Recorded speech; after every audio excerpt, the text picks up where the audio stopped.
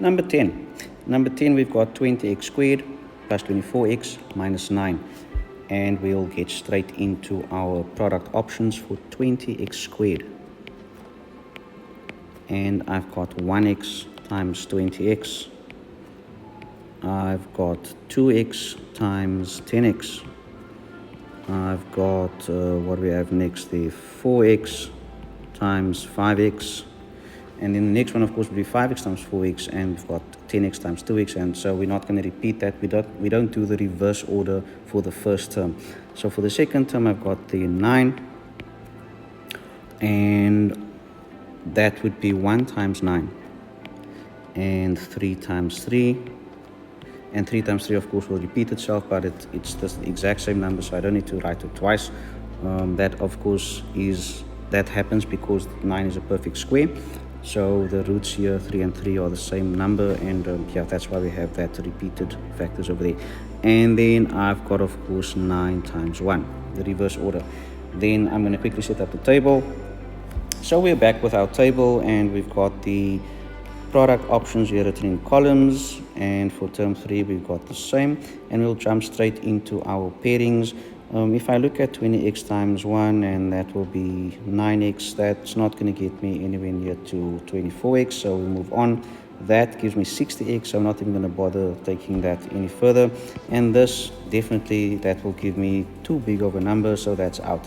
So next column is 2x and 10x, and if I pair this, that's 10x, that is 18. 10 and 18, not going to give me 24, so moving on. What about this column and this column? Multiplying 10x with 3 gives me 30x, and multiplying 2x with 3 gives me 6x. And the difference between 30 and 6, well, it does give me 24, so it seems we're onto something there. So let me just highlight that. We've got that column and this column. Let's see what happens when we write this out. So 2x and 10x, and then 3 and 3. Multiplying that together gives me 30x, and that gives me 6x, and I need this to end up being 24x, or add up to 24x, so one of this must be negative. And if I keep that positive and this negative, that 30 minus 6 will give me 24x. And because our third term is negative, we know that we wanted two different signs, and that's what we got. So that means I've got 2x plus 3 and 10x minus 3. And we will just write that out quickly. So that means, what was our expression? 20x plus 24x minus 9. So 20x squared plus 24x minus 9 is equal to, open my brackets, 2x plus 3 and 10x minus 3.